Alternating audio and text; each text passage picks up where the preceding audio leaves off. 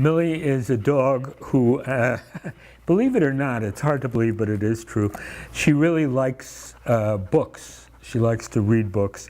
Well, she can't actually read, but she likes people to read to her. Right, Millie? That's absolutely true. And so every now and then I get a book out of the library. Library I've been using is the Howe Library in Hanover, which a lot of you folks out there know. And so we thought we would share the book with you, or share the reading. Millie is getting in. This is her position when she's really ready to hear a story. She lies down and her head is turned this way and she's ready to go. My name is Bob, and Millie is our dog, belongs to me and also to Mary, my wife. And so we're going to start the story now. And then I have a special announcement at the end of the story. Oh, I know, this captain's hat, it's very important. I used to be known as Captain Bob. That is, when we had a canoe, 2 kayaks, and for a while we had a sailfish, a little sailboat, and people called me Captain. And so I thought that would be kind of nice if I were to introduce myself to all of you as Captain Bob. So this is really Millie's show, and the name of the show, by the way, is Dog Tales. You know, dogs have tails, but that's spelled T-A-I-L. And I don't know how many of you know that there's another kind of tail which is spelled T-A-L-E, and that means a story. So these are dog stories that I'm going to be reading to a dog who likes stories. Here we go. This book is called City Dog, Country Frog, and it's by 2 people who I don't know. The words are by Mo Willems, and the pictures are by somebody called John J. Muth, M-U-T-H.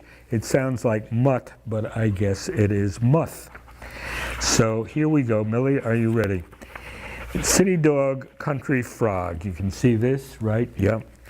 And then we go into spring. This is the dog in the springtime, and let's see what happens in the spring. City Dog didn't stop on that first day in the country. He ran as far and as fast as he could, all without a leash. By the way, Millie is wearing a leash now, but normally when she goes for a walk, she does not have a leash. We go to places where you don't have to have a leash. So Millie is sort of like this dog. She doesn't really like a leash, except when she's reading a story or hearing a story, which is right now. City Dog spotted something he had never seen sitting on a rock. It was Country Frog. There is Country Frog. "Well, what are you doing?" asked City Dog. "I'm waiting for a friend," replied Country Frog with a smile. "But you'll do." City Dog and Country Frog played together. There they are playing together. City Dog was new to the country, so Country Frog taught him Country Frog games. And I should tell you that Mary and I used to have a dog named Boris, who did have a pet toad. Toad is kind of like a frog, doesn't live in the water, lives on the land. And Boris would sit for like a long time, like a half hour or an hour, with the toad in his front paws, and he would stare at the toad lovingly because he loved that toad. So this story is a little like, not so much Millie, but our old dog Boris. Anyway, Country Frog's games involved jumping and splashing and croaking. And there is City Dog looking at Country Frog in the water. Okay, now let's see if we can open this. Here we go. That was spring. And there is Country Frog on City Dog's head. Hilarious, funny. But then we come to summer. And let's see what happens in summer. City Dog didn't stop to admire the green, green grass, he ran straight for Country Frog's rock. "I'm going to do you a favor," said City Dog when he found Country Frog. "I'm going to teach you City Dog games." City Dog games involve sniffing and fetching and barking. And of course, I don't know if you can see it, but there's a stick going in the air that was thrown by Country Frog, and City Dog is running after the stick. And that's something Millie does all the time. City Dog and Country Frog played until Country Frog was too tired to sniff and fetch and bark anymore. And that was summer. So what comes next? The fall. You see, the leaves in the fall are orange. And it's very beautiful, nice day, but all these colorful leaves. City Dog didn't stop to sniff the falling leaves. He ran straight for Country Frog's rock. "What shall we play today?" asked City Dog. "Dog or frog games?" Country Frog took a deep breath. "I'm a tired frog," replied Country Frog. "Maybe we can play remembering games." City Dog and Country Frog, by the way, Millie, are you listening? Yeah, she really is. She's really paying attention to this.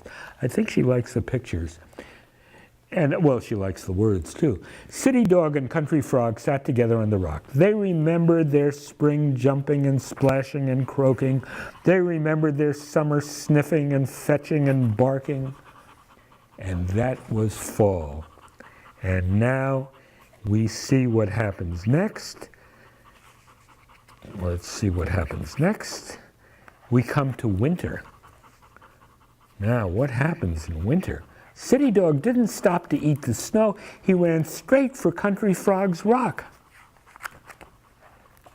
City Dog looked for Country Frog. "Hey, where are you?" Country Frog was not there. Millie, are you all right? Yep. And there's a picture of City Dog sitting on the rock, wondering where the heck that frog was. And that was winter. It was very sad because he couldn't find his friend. So let's see what happened. And then we find spring again, because after winter it gets to be spring. Country Chipmunk spotted something she had never seen sitting on a rock. It was City Dog. The chipmunk didn't know anything about dogs. "What are you doing?" asked Country Chipmunk. "Waiting for a friend," replied City Dog sadly.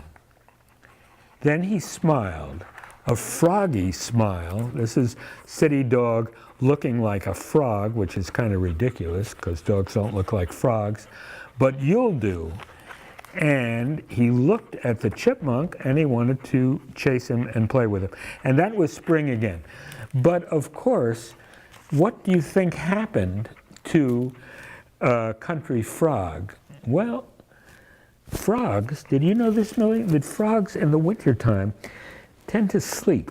They go into what's called hibernation, and they don't wake up until the spring. Just like bears. You know about bears. They do that. Okay, well, that's the end of the story. And what I want to tell you is that next time, we're going to do a special thing. Millie has been accused of stealing tennis balls, and she has, with my help, she's written a paper explaining that she's completely innocent and that she has been unfairly accused of stealing tennis balls. And we're going to discuss this on the next Dog Tales show. Thank you very much for listening and watching, and we hope to see you next time.